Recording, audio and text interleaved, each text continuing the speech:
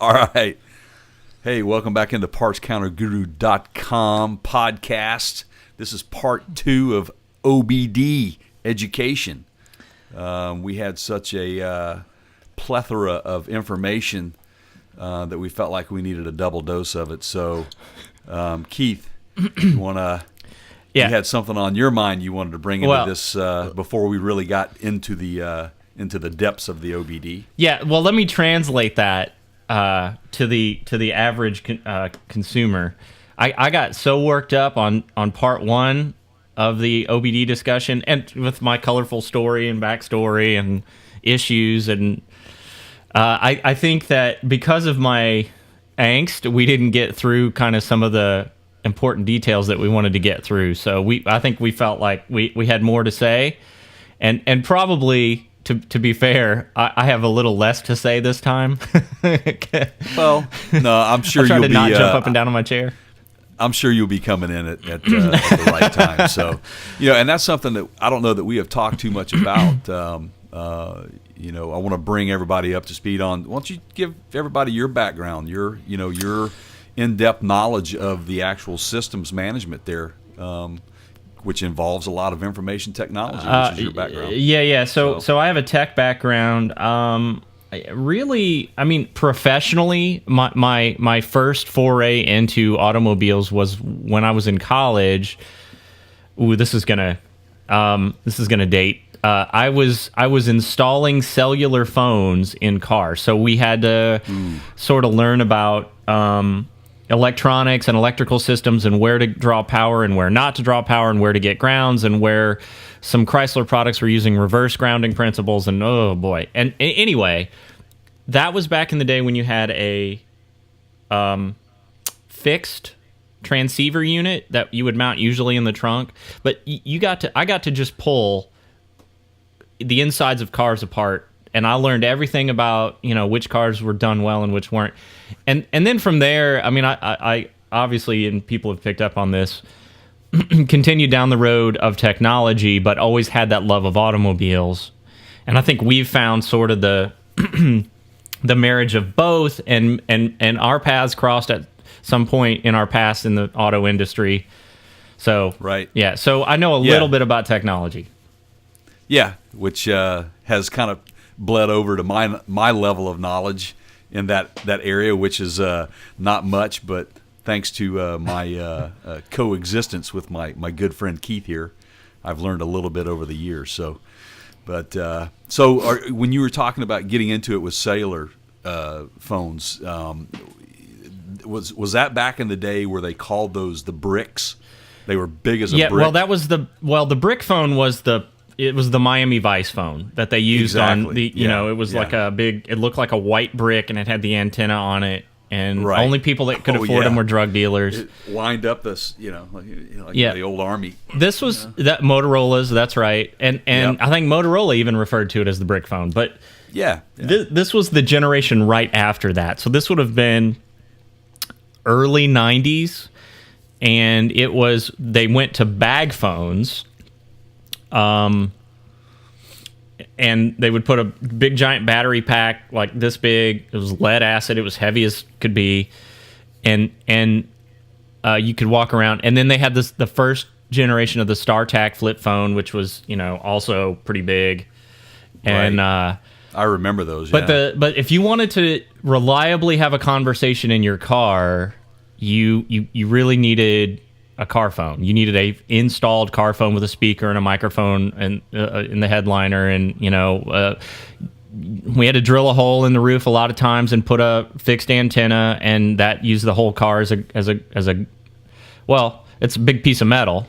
And that was in the late 80s and early 90s. Yeah. Early 90s, yeah. So that was when OBD II or was coming OBD. into, they were pushing for 2 at that point. Right. So hey, but before we get into the OBD, let's talk about I got a couple current events I want. This is the part of the program where my recording stopped, by the way. Oh crap. So you want to tell us about the hat you're wearing today, or are we gonna? Yeah.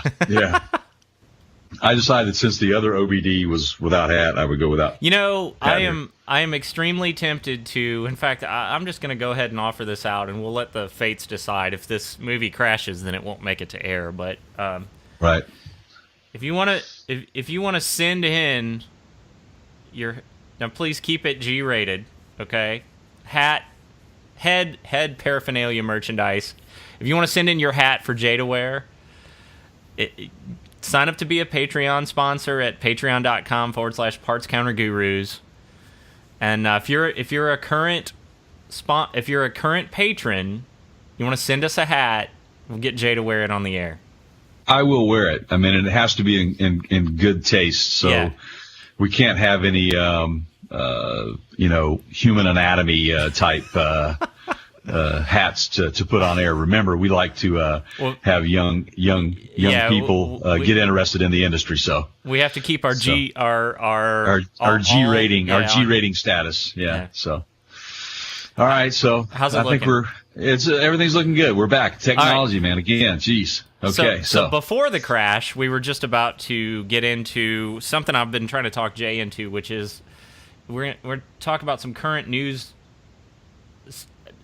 topics. I'm going to throw some random things at Jay, and we want to see what he thinks about them. Are you you're up for this? I'm prepared, and I'll try my best to either answer or communicate my thoughts on the topic. All right, here we go. Okay. 5. So, okay, I got 3 things.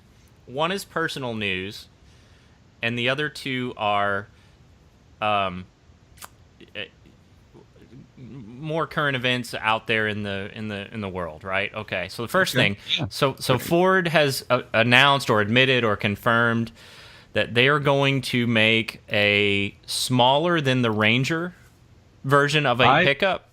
Yeah, I saw that. I did see that. And I assume that means here in the United States for sale. Well, it's very interesting that you bring that up, and it will be for sale in the U.S. And I didn't really get too deep into the topic because obviously, it takes years before a lot of these things actually hit the market.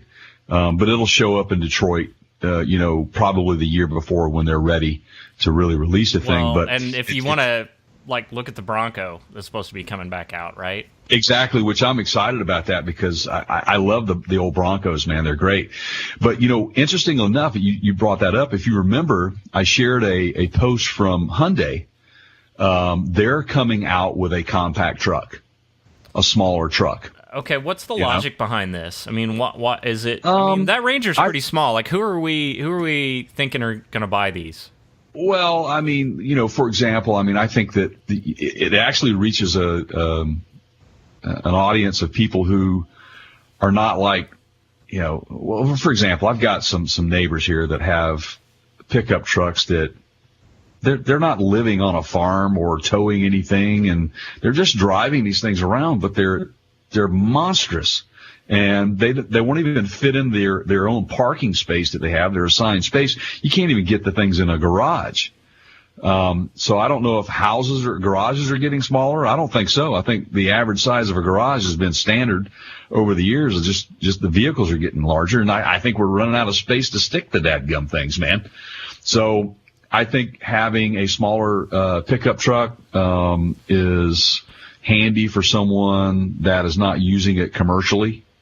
Or towing large things. Let's say they want to go and, pick up a bunch of things to go paint their house on the inside themselves, instead of throwing it in the trunk of the car or in the back. You got a lot of options. I mean, you have SUVs that have lift hatches and storage areas in the back, but there's something to be said for a pickup truck, a bed. Who knows? Maybe they're going to go down the road and attract maybe there's going to be enough accessories that go with it where you can go out camping off the ground. We've seen the top of roof camping, which we're going to talk about. Yeah. I think that's going to be a podcast down the road. We both are very fascinated with that whole trend. I think it's awesome. So who knows? I mean, that might be the market they're trying to go after. I don't know. We'll see. I think it's a good idea. The Ranger went away, and people were unhappy about it. And then who filled that market? You still had Toyota with their Tacoma. You still had Nissan, with their pickup, their smaller Frontier, pickup truck. yeah. The Frontier, yeah. Frontier. So, I actually owned a supercharged Frontier, but yeah. So you did, and this yeah. this happens. It happens, right? So Toyota did away with the FJ. 14 was the last production year, and then you've got Jeep and several Ford coming out with the Bronco. You've got other companies sort of rushing to fill that, and Toyota just looked at the numbers and went, we're done for a while with this. It's not doing well for us, and so and there was some EPA stuff and fuel economy and all that factored in. But yeah, okay, so that's a. Yeah, what I found fascinating, you saw this. I mean, we talked about this the other day, which is going to tie into this OBD topic, which is, onboard diagnostics to handle what's going on in fuel delivery and what's going on with the emissions and everything all ties in. So GM has apparently changed the name of their active fuel management system now. Did you know this? They're calling it, I shouldn't have opened this bag without knowing, but it's like intelligent fuel management or something along those lines. They don't call it active fuel management anymore. I sent you an article that... I saw that. Yeah. The 4-cylinder getting worse gas mileage than the V8. Which we've been saying all along. Yeah. Right. All right. So. Well, I mean, I have to believe that it could be, it's trying to, it may be working too hard. I mean, it can't be efficient enough, with that small of a displacement in a big truck like that. So. As the kids today say, yeah, no duh. Yeah, exactly right. All right. So, number 2, now this is more of a conversation piece, but Elon Musk made the news again. I mean, when doesn't he? But sent out a company-wide email to Tesla employees recently that said, basically, we've got to step up our game. We're the underdog. I'm paraphrasing here. We're going to have to work longer hours, and he didn't directly say that, but he sort of alluded to it because... we're not an established company. Are you familiar with this? I saw something briefly about that in the news. Yes. So the other thing that I saw was his SpaceX program. They're going to stainless steel instead of the carbon. Yeah. So look, everybody's freaking out. Oh my God, what Tesla's going under. It's the end of Tesla. All right, look. Yeah. This is a natural part of the progression life cycle of a growing company. Okay, that's right. So here's what he's doing is they're having to make cuts. I think it was 7% of employees are getting laid off. This is where now I think we can all agree. Now, whether you like Tesla or you don't like Tesla, whatever your measure of success is, they're a successful. I mean, you have to give them that they're a successful company. They were apparently the number 1 selling luxury car in 2018 with the Model 3. That is correct. But you're getting into now he does not have the experience that the established manufacturers have in efficiency of production. And that's been widely publicized, and there's been some struggles to ramp up production. So what they're having to do now is to go down this road of fine-tuning that process to be able to be cost competitive. Right.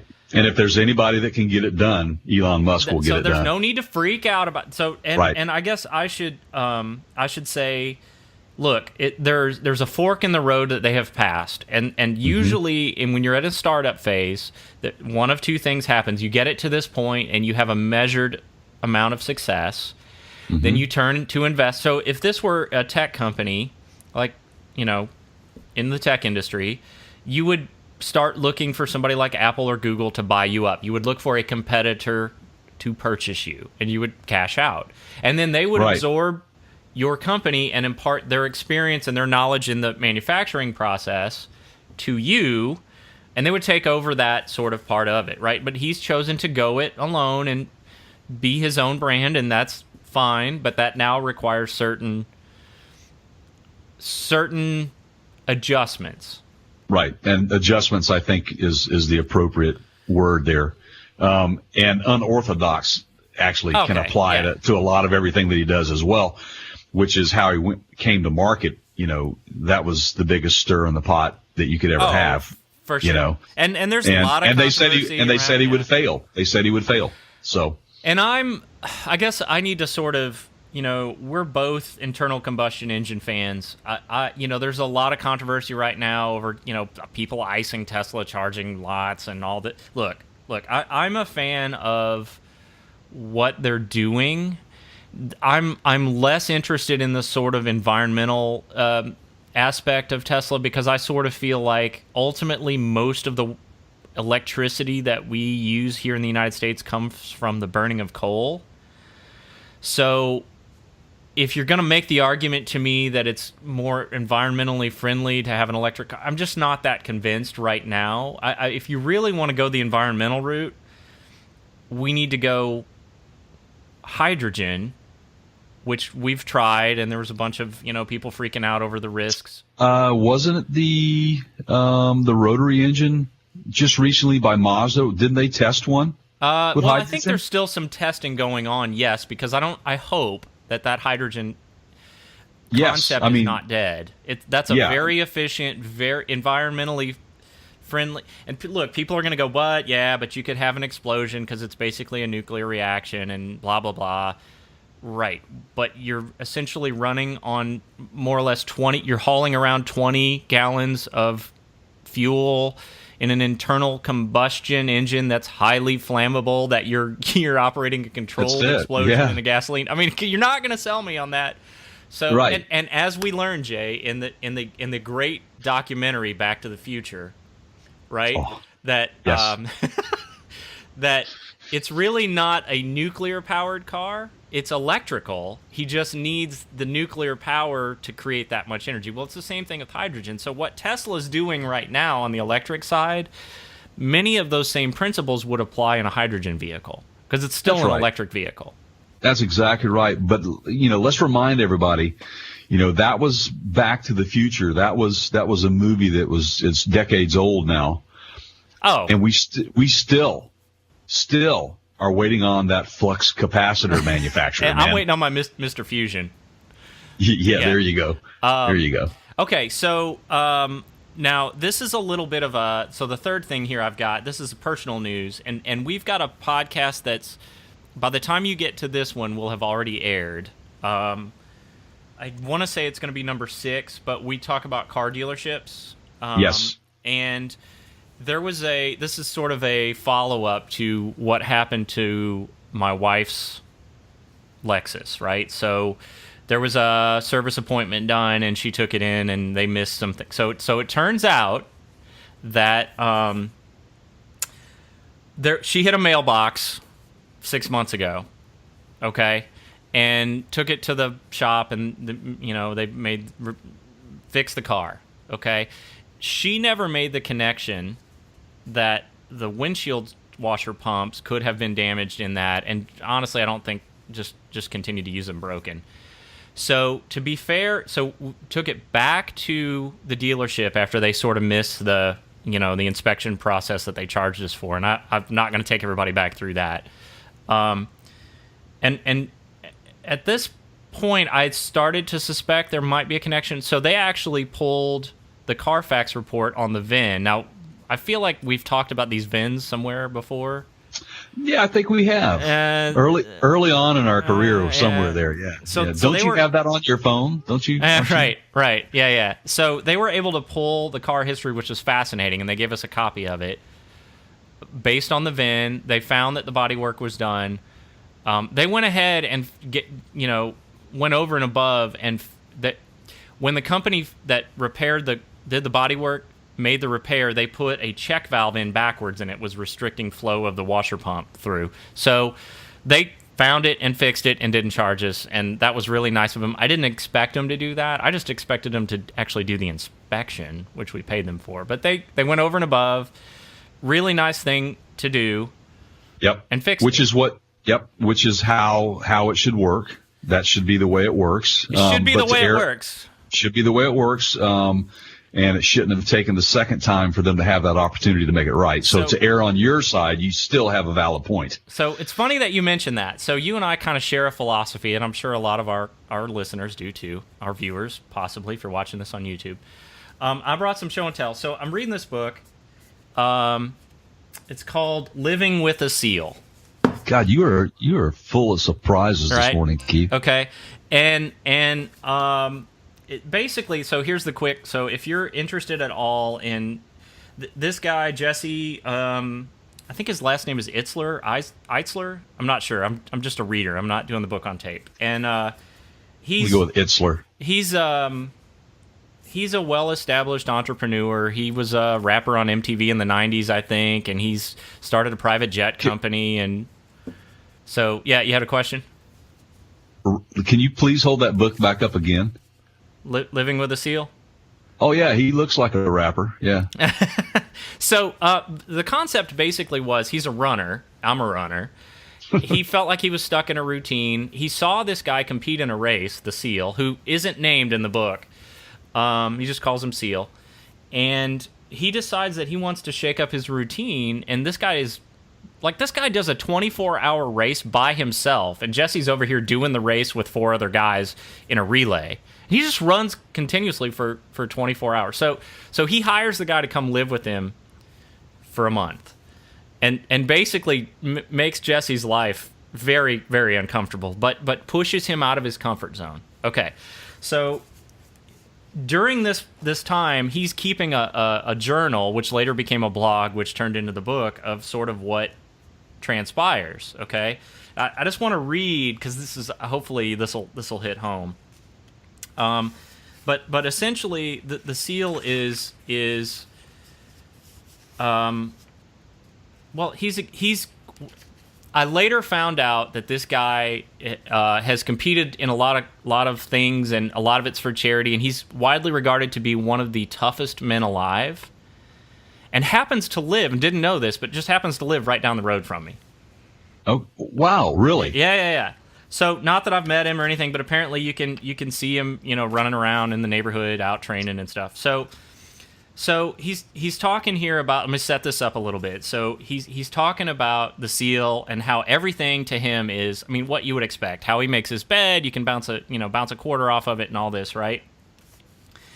And so he says, yesterday he ordered something that was FedEx to the apartment, and one of the cleaning ladies that works for the family, they live in New York, accepted the package. He freaked out, not to them, but to me. It's a breach of security, he said. Breach of security? Yeah, the integrity of the delivery was compromised. He went on to lecture me about my my naivety when it comes to insubordination of the people who work for me. The only thing he ever said about anyone was that they should be fired. Seal didn't think anyone who worked for me or my family cared enough or did their job like they should. He was really mad or suspicious of everyone he came into contact with except for my wife and my kids. According to the Seal, if my driver, Smith, was a minute late, it was because he didn't study the routes correctly. If there was traffic, Smith should have anticipated the accident. Now, like, Jesse's very, like, throughout the book, he's real laid back. Like, dude, he's an MTV personality from the 90s. Right, he's pretty, right. And so, I mean, there's all these stories of, I mean, this guy's just, everything is like an 11. And Jesse's like, oh, dude, calm down, But this is interesting. So this last part here, it says, in looking back on it now, I'm not sure Seal was wrong. He was taught that if you have a job to do, you do it with 120% effort. I have been operating under the assumption that if someone that works for me does something 80% of the way I would do it, that's enough. Seal is teaching me that we can all do so much more. That's a great message. That is a great message, people. So you should value that. We will put a link to this book on the website. Actually, there's we have a new page on our website called it's called Mentioned on the Podcast. That is correct. So we talked about this. We talked about this last night. That is correct. Yes. So mentioned on the podcast, people. That's the new tab. All right. So now that I've added all this color to the first 20 minutes of our podcast, we got to get back into this OBD thing, right? Yeah, which, by the way, though, that's very important that you bring that up about doing it right the first time and paying attention to the details to give it your best effort, because that's important. I'm glad you brought that in. That hits home for me as well. So, especially having a military background, So anyway, fun, nice little curve in the road, man. Is that yeah? How's your recording going, by the way? Are we still? Recording's going well. I've been monitoring my systems on my end, so I've got my OBD going now as we speak. So my scanner's running, and I'm seeing things going wrong. So if you didn't watch the first part of part one of this OBD, we have a podcast just before this one. We talked a little bit. Jay did a review. It's on the website of the fixed FIXD code reader. Very good product. We both really liked it. That's on the, as mentioned on the podcast page. We've got links to that. I've played with all kinds of them. I love it. I think Jay was impressed, which says a lot. And I got into some backstory, but it's worth a listen just to get the high level overview of OBD II and all of that.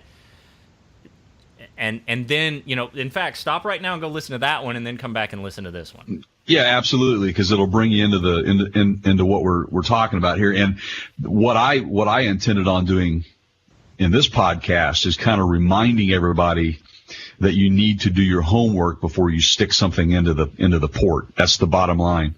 And the more I thought about this in the last podcast, I just kind of wanted to use this opportunity to explain what OBD has allowed us to do, not just helping the environment with getting better fuel efficiency and lower emissions, all the creature comforts that are on these vehicles now. We were just speaking before the podcast about some of the 2020 vehicles that are slated to come out. They're already talking about them, and even, they were at the Detroit Auto Show, which was recently as well. Yeah, I'm really excited about that new Lego Silverado pickup truck. Oh, that was great, man. Yeah, it's pretty amazing. I thought it was cool too. Yeah, we need to see.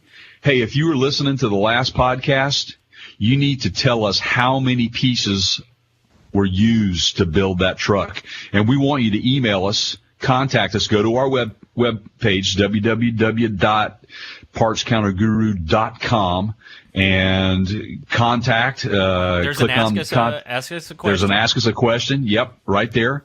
If you guess the number, or if you know the number, if you listened, then go ahead and put that on our ask us a question page, and we'll get back to you. You might even win a little gift or something there. You'll get entered into a contest. So there you go. Anyway. So back to where I was. New cars coming out. New cars coming out. We talked about this, and I'm excited about it. But, a lot of this technology is already being used and has been in use for many years. I'd say within the last decade, 5 years to 10 years, in some exotic type automobiles that, most of us on the planet can't really afford to go out and purchase, but they're using this stuff, and that's where a lot of this stuff is tested and trial by fire, if you will. But we're talking about, everybody has a smartphone today, and it is going to be heavily integrated into, and it already is, just your infotainment systems that you have in your vehicles, to where you can go hands-free, because let's face it, most states in the country are banning the use of cell phones. Washington State and California both have banned the use of cell phones while driving. You can't eat while you're driving in the state of Washington. I'm not sure about California, but I know that in the state of Washington to be the case. So this is where all of the systems that, everything that's going on in this vehicle at one time, it's all linked to onboard diagnostics, every bit of it, in some way, shape, or form. As you've seen, we talked about the malfunction light coming on. You run a scan, you use your fixed app, and it comes up and you got the letter P in front of a code or the letter C in front of a code, those things, that menu has expanded. Those codes have expanded so there's from where they were. So there is a letter alphabet for a lot of these codes that's part of the standard, where if it does start with a letter P or a letter, whatever the letter is, there is a certain component or area of the vehicle that is tied to that letter. And that is correct. You can find that actually probably the best place to find that specific part of the OBD II standard is on the wiki. There's a Wikipedia page about OBD II. Now some of what's on the wiki page I read, and it's not very deep. It's a high level overview, but I did see, I think on the wiki page they had that code breakdown. They do break it down. They break the modes down of what the technician is reviewing as they're going through this process with their scanner. There's 10 modes of this that they go through before they clear codes out once they've repaired the vehicle. So, that, and you're right, that's high level. The fixed dongle that we promoted in our last podcast is really for, the owner of the vehicle to understand what's going on and to help you keep in touch with the maintenance and anything that may be going wrong, so that when you go into a technician, you have some idea of what to expect. What happens though, once you get to a technician or a service center that's authorized to run a scan on these things, they get so deep into these things that it's something that the fixed dongle and app will not do for you. So just realize that you can't fix the problem with this dongle. Right. So yep. Let's give that a couple real world examples. Okay. Yeah. So the alternative, if we're talking about a scenario where we as consumers don't have access to any OBD data, I think I just created an oxymoron there. OBD, onboard diagnostic. Oh no, okay. So OBDD. Yeah, OBDD. You're basically going to. It's the difference between going to a repair shop with a check engine light or a service engine soon light on, and that's it. Hey, there's a light on my dash, or going into them or giving them a call and saying, I ran a code reader. It's throwing a code. Here's what it says. Now that's a starting point, right? So you're one step further down the line of diagnosis before the repair. And that is correct. Some of it, so here's example 2. There's a code being thrown in my FJ right now, and it's a generic code, and I looked it up, and the code that the fixed app says it's something to do with a passenger seat open setting. Something. Well, I took that specific letter and code number to the Toyota. There's a Toyota catalog, and it actually is pointing towards passenger airbag. So it's completely different than the seat. So there's a sensor. It might be in the seat. It might be behind the dash.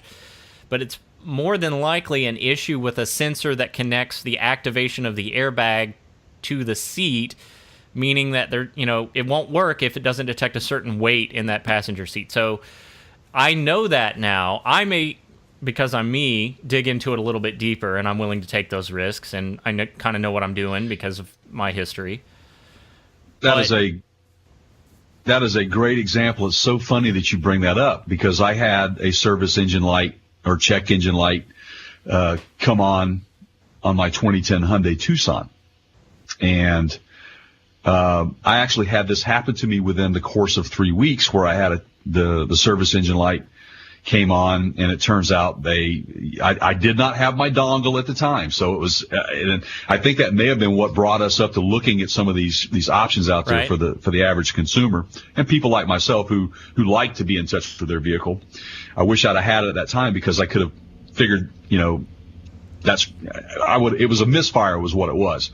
And we take it in, and of course it was past due on plugs. They said plugs should, 100,000 miles, you need to change them. Well, I had 120,000 miles on the vehicle. Well, guess what? I went over the service limit, and that's what I got. I got a misfire. They replaced the spark plugs, and they checked the history, and all the history indicated, that was it. That was the only course of action to take. But then 2 weeks later, my airbag light came on. On the dash in the car. On the dash of the car. That is correct. And remember what we were talking about in the first podcast is this fixed dongle in the app, it gives you what those specific lights are on your dash. So in other words, if you don't know what an SRS airbag, illuminated light looks like, it will be on that app. It will tell you what it is. Now, the one thing that it will not tell you, and Keith just brought this up, this is a very good point that you brought. You had a code, it threw a code, but it's going to be, which encompasses that whole system. All automobile manufacturers. Exactly. It's the whole system. So it's within there, but you really have to drill down to get to what it actually was. In my situation, what I was told by my service advisor was that it's in the SRS, the safety restraint system, airbag system, circuitry, which could be something simple as your seatbelt latch. It could be something as simple as when you close your door. It could be the sensor over in the passenger side, but it could be something wrong with the airbag. Now, here was my biggest fear. Here was what I was told, because I couldn't repair it right away because they didn't have the part to repair it, and I'll get to what that part was. But something that you guys always need to ask your service advisor, is it unsafe to drive? And that was the first thing that I asked my service advisor. I said, I don't want my wife driving this vehicle, or myself, or anybody else for that matter, if it's dangerous for them to get out on the highway. Here is what I was advised. And it was at my own risk I decided to drive it, okay? But what I was advised is in those situations is the airbag is just not going to deploy on its own. It has to be an impact, and that's how it will deploy, okay?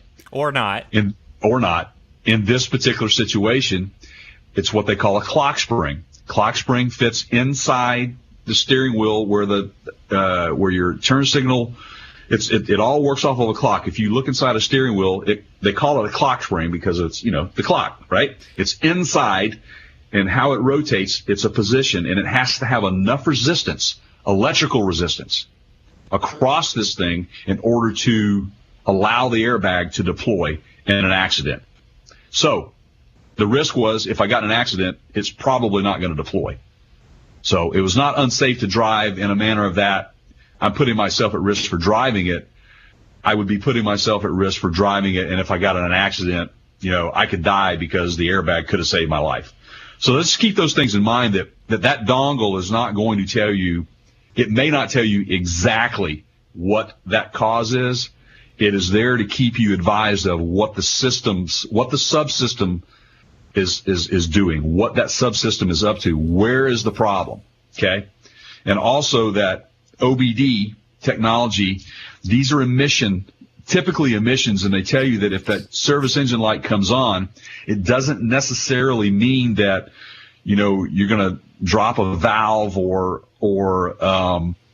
throw a rod or you're running out of oil, because there is a oil indicator light on there. That's a different subject. Now, all of these subsystems do tie into those things in a lot of vehicles, but just keep in mind that typically it's about the emissions controls. That's what and it was fuel originally delivery. designed for, right? That is correct. Go. I want to pile on to that previous comment about your airbag and the safety and Yes. what you were okay, so understand this,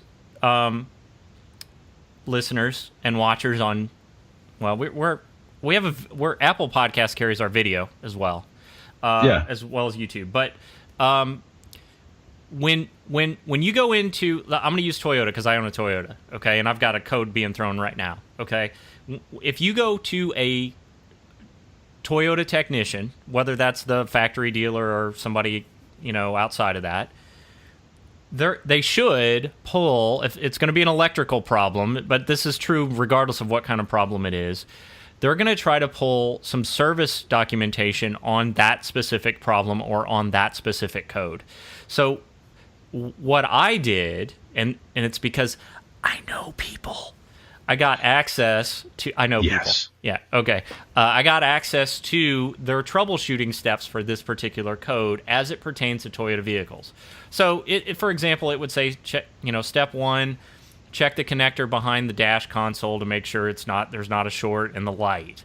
Step 2 is to check the connector under the seat, and it shows pictures and where that connector is. And there is a specific set of steps that you need to take in a specific order instead of going right to the last step, which is the airbag itself. And you really, if you're going to do this yourself, you need to try to get access to that kind of documentation, because if you take it to somebody that's worth their salt, if they know what they're doing, that's what they're going to do. They're going to look at that and troubleshoot it in a specific order. And it's Correct. usually from the least complicated to the most complicated. And electrical problems are always rough. There's usually one guy in that service center that specializes in electrical issues.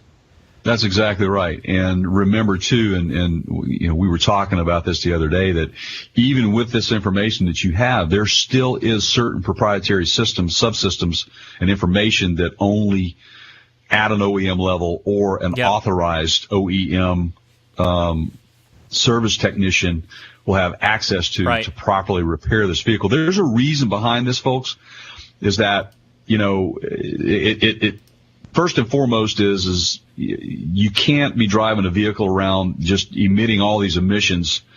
That's not the purpose of all of this. It is to run a clean running vehicle and also to optimize the amount of life you're going to get out of it as well. Sure. All that kind of ties in together. So just take it to a point that move the chains as far as you can without buggering it up, as they say. Right. Yep. Yeah. And don't take it any further. If you're not sure, that's usually a good indication that you need to stop and ask for help. Yep, that's exactly right. When it came to the airbag, when I found out that was the system, it was SRS system restraint system, safety restraint system. Excuse me. That's I don't even want to go there.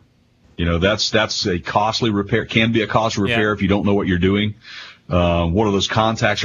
They're gold. I mean, they're made out of gold. Is that correct? Yes, and this goes back to when we opened this podcast before our technical crash.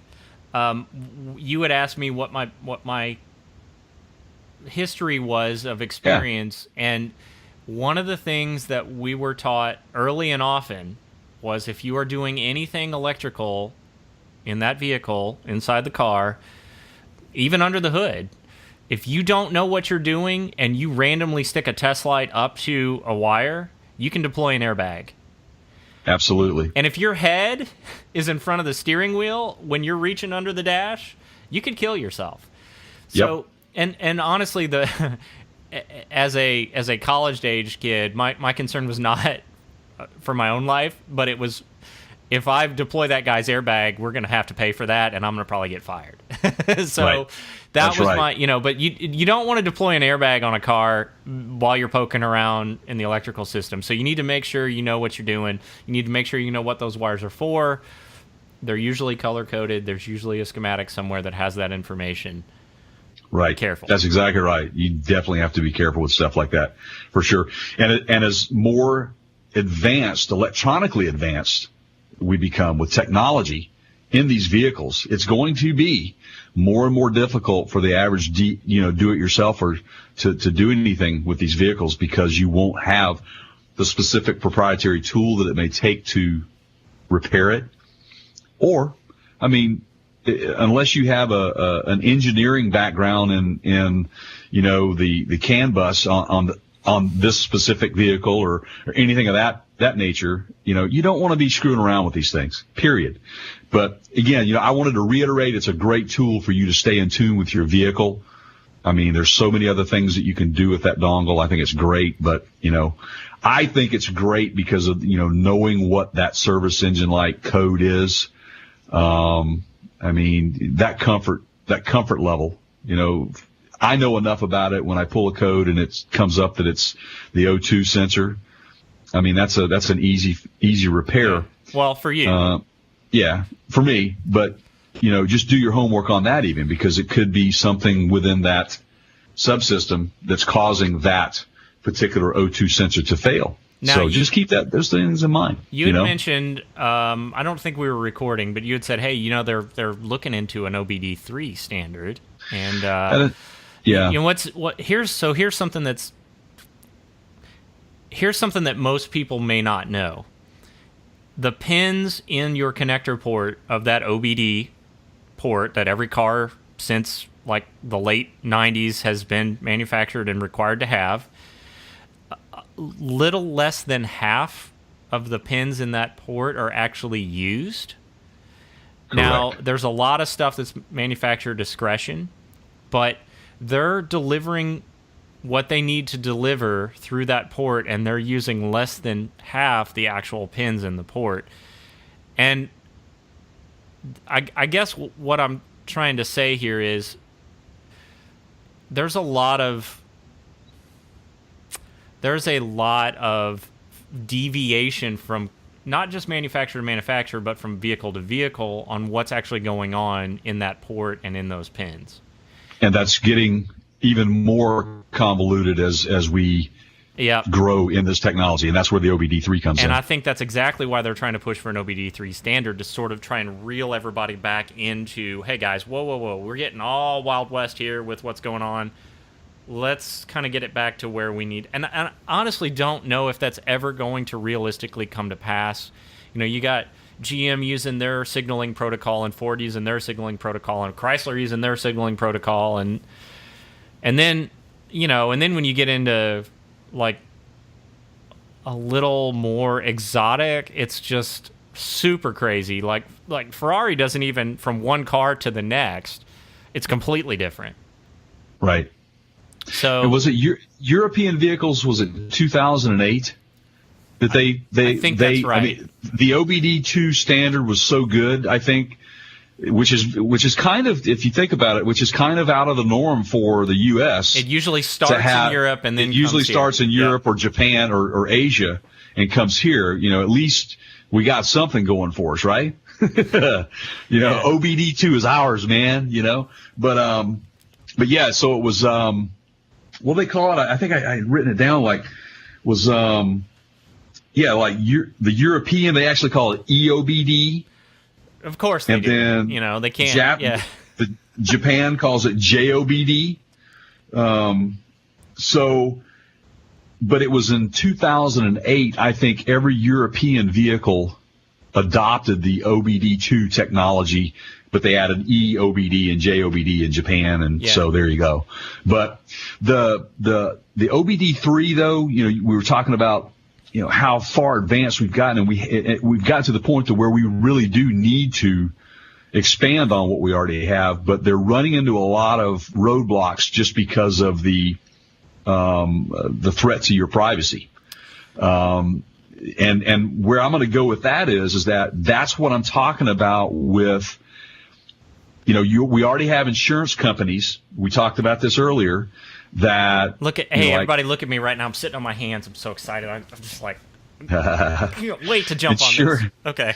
Insurance companies have a dongle that will track your driving habits. Yeah. Now, that was offered to me.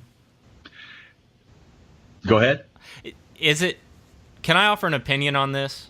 Sure. Okay, but I think you were about to go there. This was offered to you, and I opted not to do it because I felt it was an invasion of my privacy. My insurance company does not need to know where I drive. They just need to know how much I drive, and I can tell them that. And it's called an odometer, people. They wanted to know what my driving habits were, how many miles I was putting on the vehicle per year. And they said it was just a lot easier for them if you had this dongle, because then they wouldn't have to call me and trouble me with my mileage, because I get a low mileage on one of my vehicles because it's not my main vehicle. I drive less than, 3,000 miles a year in this thing, so I get a good discount. Well, they want to make sure that they're not getting screwed, so they want to offer this dongle, but it's an invasion of privacy, in my opinion. Okay, so I agree. I'm gonna give a pretty strong opinion here, but I want to back this up.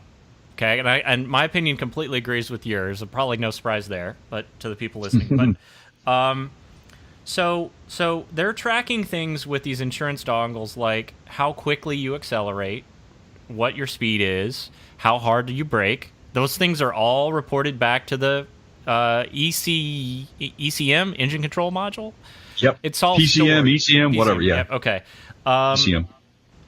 If we're getting into cars with infotainment systems that have GPS and a hard drive or a solid state drive, and that stuff's logged and black boxed, and this is my feeling, okay? And I have insurance on all of my vehicles and motorcycles and all that, and I have, and this is a joke that I constantly bring up with my wife, and it usually doesn't go over well, but I say to her, I could get in 3 accidents this week, and I would still have a better, if this were baseball, my batting average would still be better than yours. And so it's sort of like I could strike out 3 times and I could still, I'm still going to be, okay. So yeah, you can imagine why that doesn't go over well. But what I'm saying is that I have a very good driving history, and the insurance company knows that because I haven't reported accident. I don't have accidents to report, right? Or no moving violations, all that stuff adds up, right? Yeah. So insurance is kind of like Vegas, right? Like, the house has the odds, and they know it. And they're not in business to lose money. They're in business to make money. That's why you pay premiums and don't have accidents, and they get to keep your money. And that's fine. That's the deal I know going into it, okay? But why would the only possible outcome that if somebody like me, and probably Jay, who has a good driving history, in Jay's case doesn't drive his car a lot, and doesn't have claims on insurance, well, they're not going to lower my rates. If I provide them data, they're going to take a look at that data, and they're going to go, well, you're driving too fast. We're going to keep an eye on you.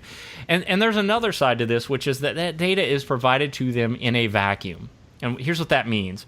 If I'm in a situation on the highway and I see somebody, what did we call it in the winter driving podcast? NASCAR type stunt driving. I'm gonna get away from that person. Okay. Yep. That might mean that I brake harder than normal. That might mean that I accelerate harder than normal. But the insurance company or the data logger can't see what was going on to cause that. Right. That's right. They're just looking That's at that exactly data in right. a vacuum. Here's what you need to take away from that insurance company. I wasn't in an accident.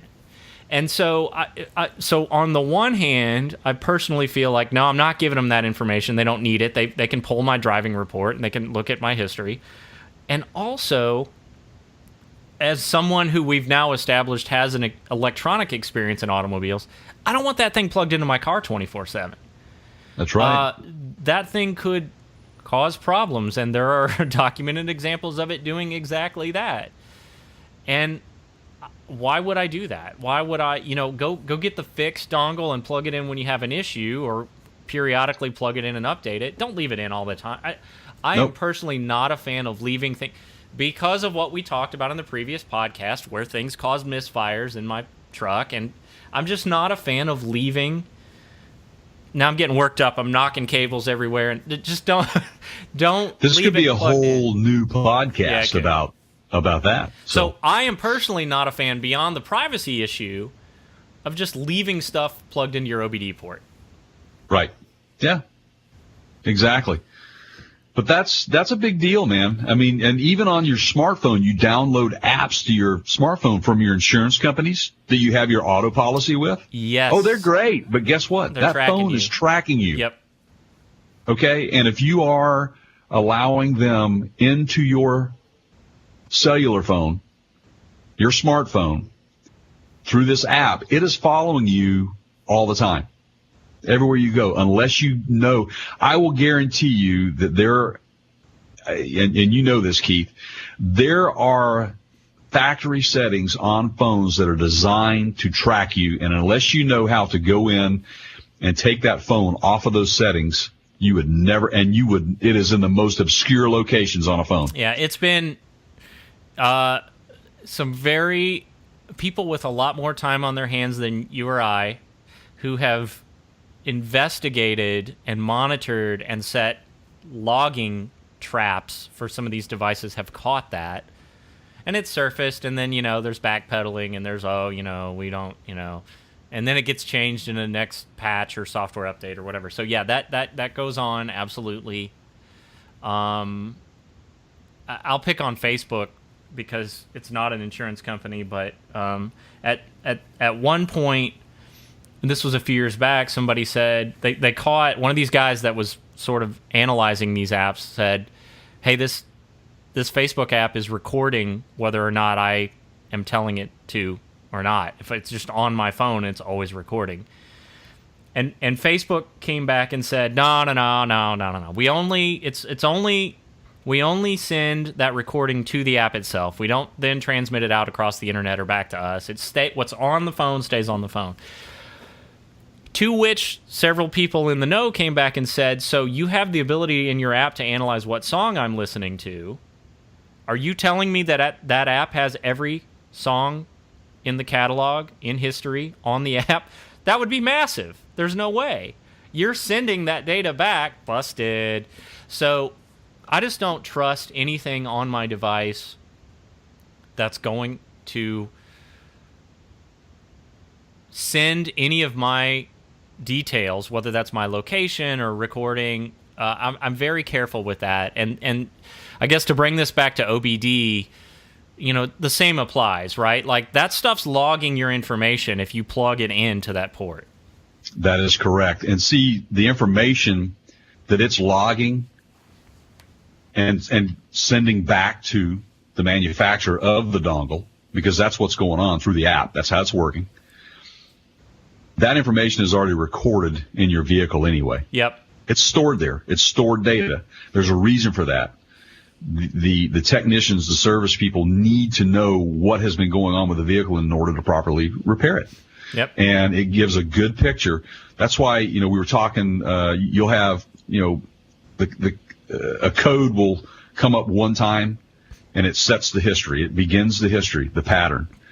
And if it doesn't happen again, it may never throw a check engine light or service engine light, but it's stored in there. The reason why that's there is because if it occurs again, that's considered a second trip. Okay? It's a 2-trip code.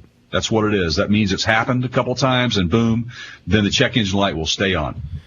Okay? Service engine light stays on. So that means that at that point you really need to get it in and get it taken care of, or your emission systems are not working properly. And I tell you what, it can be something as easy as a gas cap. Yep. These systems are so advanced and sensitive. That they can pick up when you have a leaking gas cap.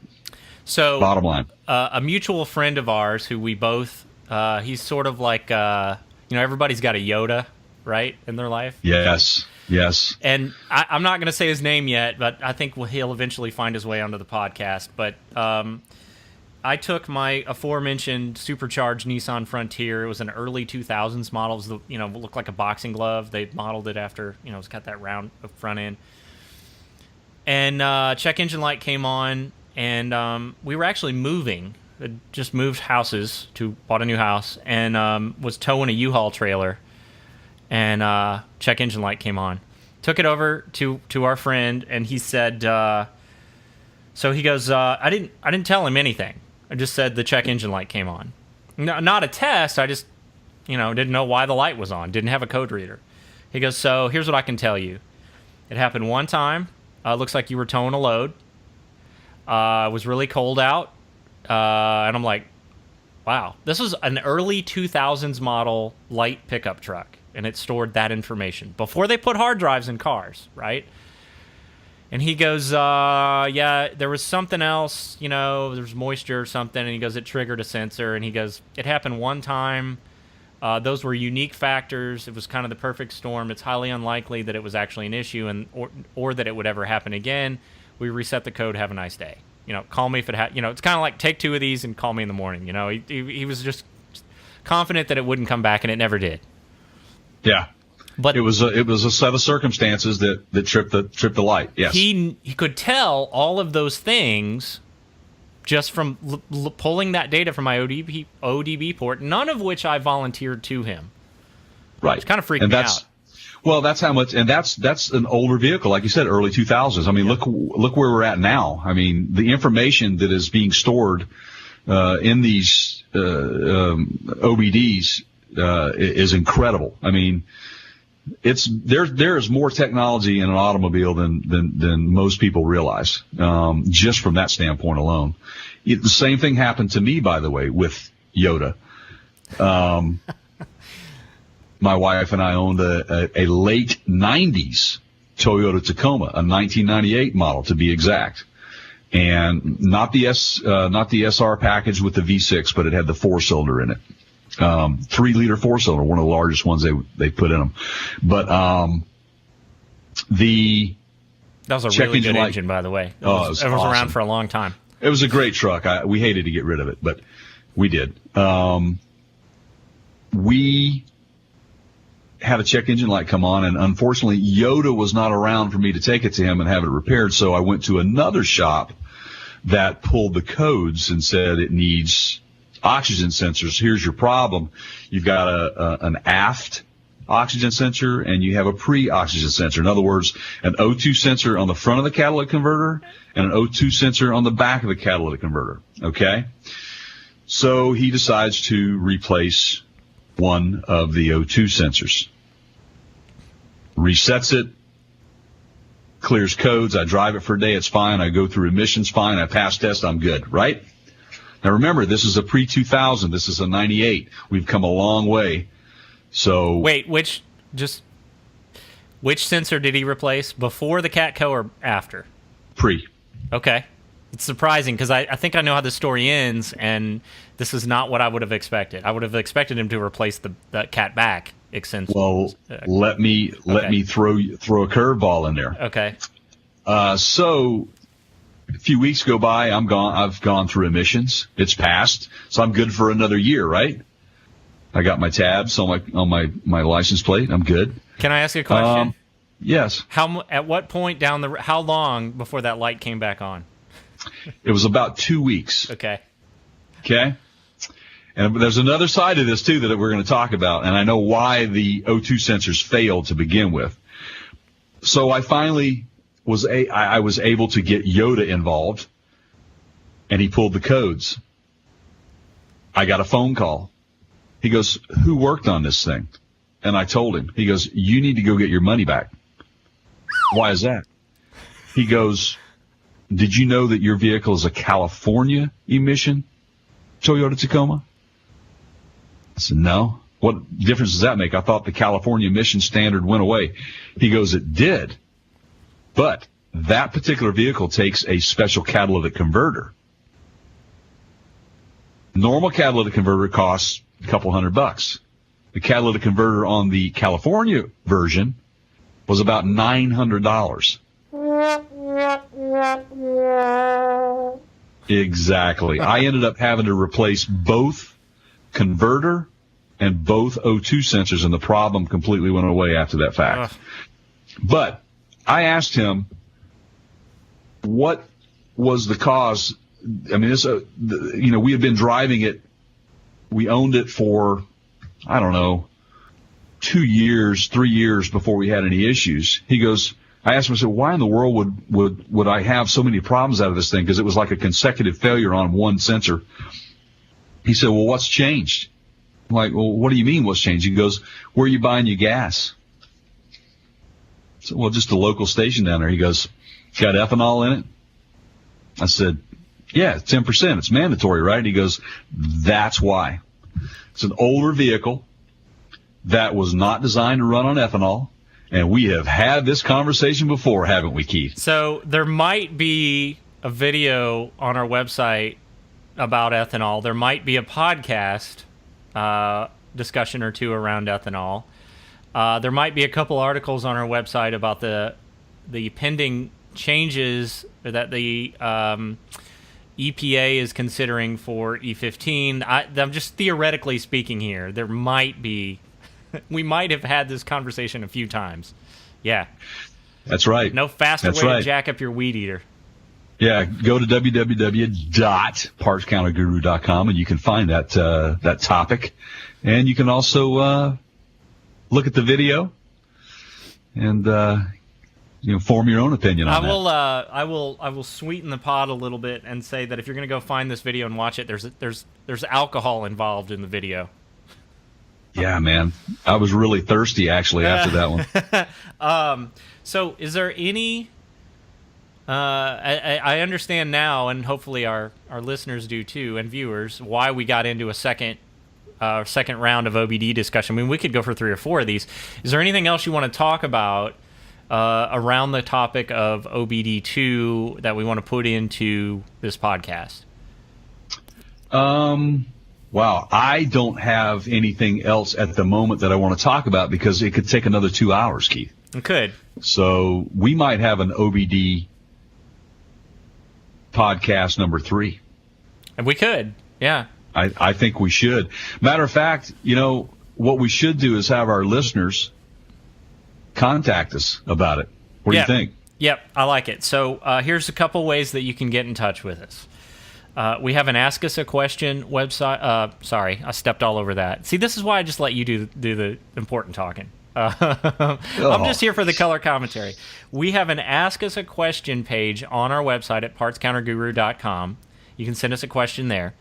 We are on Facebook at facebook.com/partscountergurus with an S. You can send us a note there.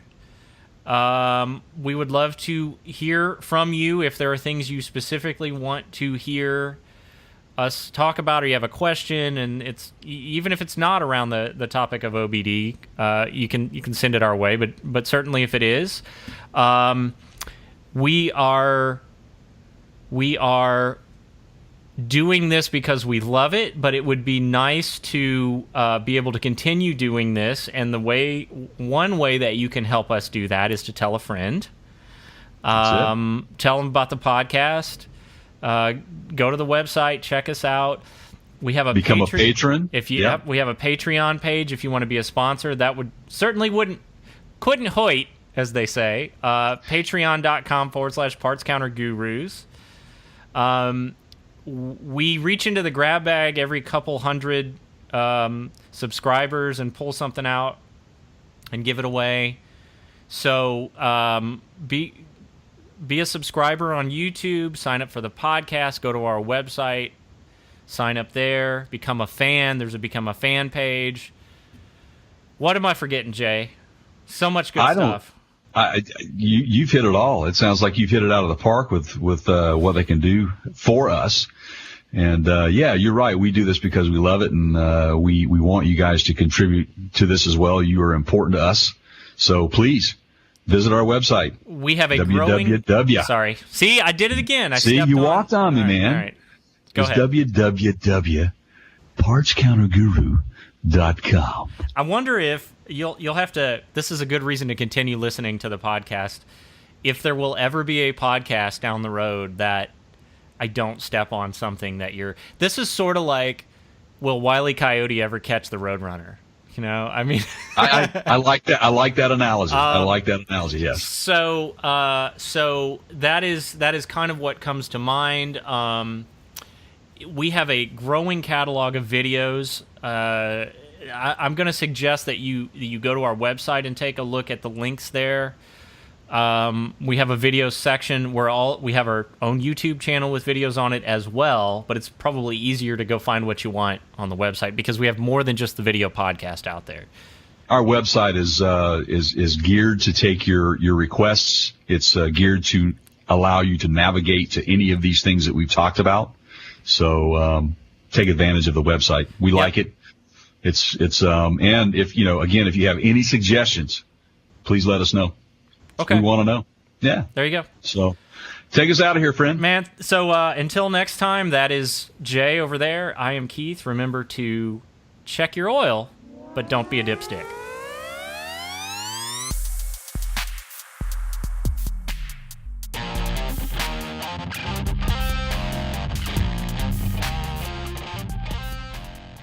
Then I'll let you bring us in, okay? You can bring us in. I'm just going to clap. My part is to clap, and then you bring us in. You have the clap? No, that's avoid the clap, Jimmy Dugan. Remember, League of Their Own assigned. All right, ready? You record? Yeah. Are we live? Are you? I'm recording. We are. 18 seconds in. All right, 3, 2.